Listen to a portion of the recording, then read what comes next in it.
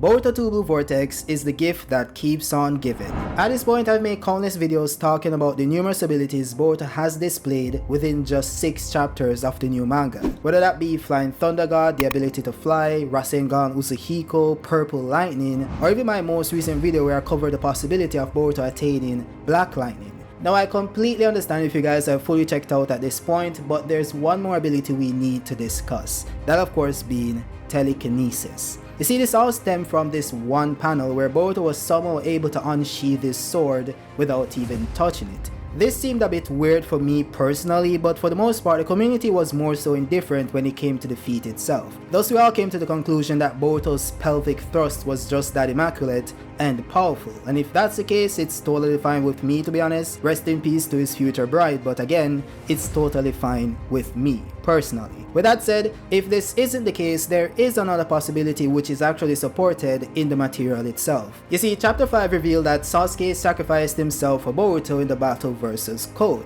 This led to Sasuke being devoured by one of the claw grimes, thus being transformed into a defective divine tree. Boruto later returned to the scene and took Sasuke's sword to use for himself, since the one he had before was broken during the battle. This simply means that the sword Boruto is currently using is Sasuke's sword of Kusanagi. Now the reason why this is important is because this sword originally belonged to Orochimaru. In fact, there are multiple swords of Kusanagi that exist in the Naruto universe. You have the one Orochimaru originally used to kill the third Hokage, the one Sasuke used in Shippuden that was later lost in the battle versus Madara, and then you have the one Sasuke possesses now in Boruto. Now the method by which Orochimaru created these swords or first came into possession of them hasn't been explained in canon as yet, but what we do know is that these swords are the strongest in the verse and also possess magical properties. To be more specific, Orochimaru's sword of Kusanagi can quickly extend and retract its blade to attack from long distances, it can cut through almost anything and transform into snakes,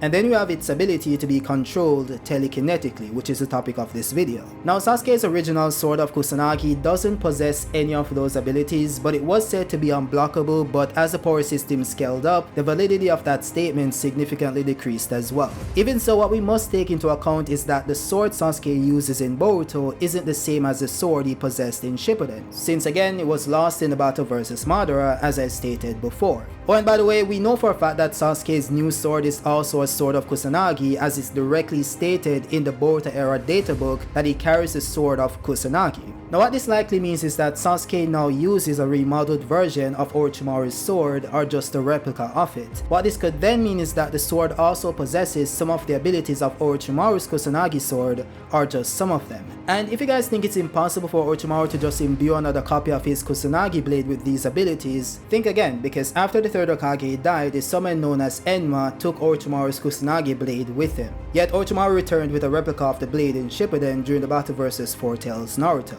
And yes, this blade possessed the abilities of the original. Now, to be fair, we could just theorize and say maybe Orochimaru found the location Enma was summoned from and just retrieved the sword. You know, maybe Orochimaru can just summon the sword when he needs it, though it seems less likely because it seems to be stored physically within Orochimaru himself, since that's where he pulls it from whenever he needs it. Like, if he could just summon it, why would he store it within his body, and why would he go through the process of physically pulling it out? So it is possible, just less likely, and Orochimaru is a kind of a freaky guy, so maybe he just does it because he wants to. With that said, the point is that the sword Sasuke passed on to Boruto against his will is also a sword of Kusanagi, and possibly possess some of the abilities of Orochimaru's original sword of Kusanagi, since it's implied that Orochimaru created all of them. Now the only ability relevant to this video would be the ability of the sword to be controlled telekinetically. And just to be clear, I'm not saying that Boruto has mind control abilities, though I might put that in the thumbnail itself, but we'll see. Even so, I'm not saying that Boruto could just look at anything and control it with his mind, the same way Orochimaru couldn't look at anything and just control it with his mind. The point is that he was somehow able to control the sword using finger gestures, not jutsus,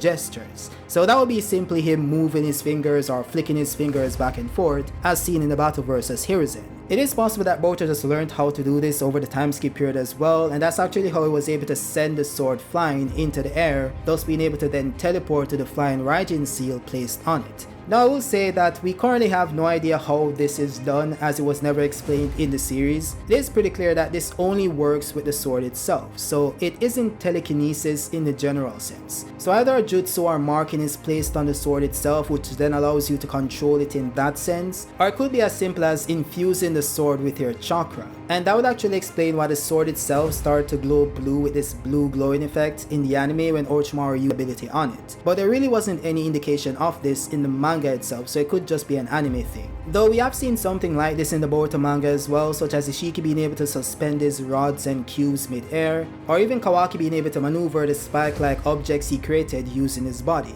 Though it might actually be the case that Ishiki just has the ability to control gravity based on what we've seen so far, such as Jigen himself being able to suspend the cover of the ceiling pot in the sky, which was pretty cool. And again, Jigen is using the power of Ishiki. And then we have Ishiki himself, who was able to suspend the pillars he shrunk in the battle versus Koji as well. Oh, and there's literally a scene of Kawaki using some gravity or telekinesis based ability to float rocks in Boruto Opening 8, so that's pretty telling, I would say. So that might literally be something he can use on anything, as opposed to whatever Orochimaru used to control the sword specifically. Now I was initially thinking that it's possible that Sasuke taught this to Boruto, since he said he taught him everything he knew, but the issue is that Sasuke himself never displayed this ability, even though he himself trained under Orochimaru for years. Now to be fair to Sasuke, there wasn't a scenario where Sasuke needed to do this back in Shippuden, and even as an adult we have never seen him do anything like this with the sword. So while we can say Sasuke just magically learned how to do this off screen, there's also the possibility that Boruto just learned it from Kashin Koji.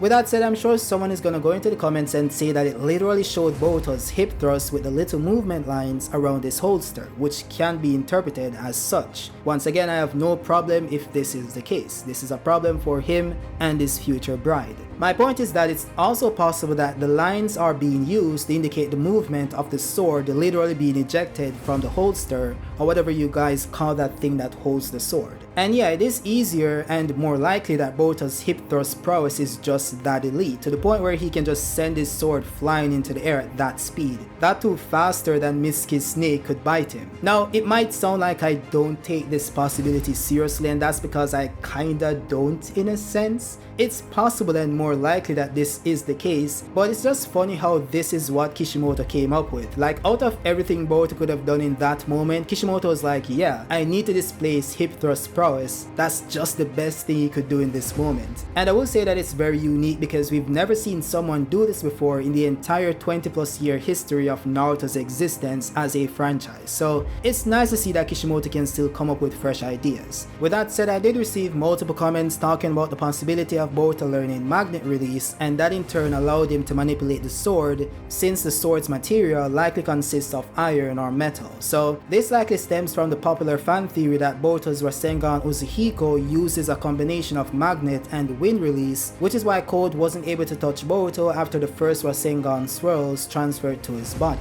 So in a sense, Boruto is using magnet release to either affect his or Code's polarity, thus causing him to veer off course. Now, this theory about the magnet release and stuff is indeed very plausible, but I more so believe that it's based on Boruto using the concept of planetary spin to then detach Code from the planet's rotation, thus causing him to experience the Coriolis effect. I do have a video explaining this in depth, so you guys can go check it out after this one if you want the full breakdown, but it explains why all of that makes sense. Even so, magnet release being behind the sword's movement is definitely still a possibility, and Kishimoto will likely go for it if the hip thrust thing doesn't work out, I guess. With that said, that's it for the theory in general. Let me know your thoughts on it, and also we have the spoilers dropping on Friday. I think this video is gonna come out on Thursday, so we have the spoilers on Friday, then a chapter on Sunday or Monday, so we have a lot to discuss next week. So let me know your thoughts on this one. You know, join the Discord, the link will be in the description, and you know, like the video, of course, subscribe to me, and I'll see you guys next time. Peace out.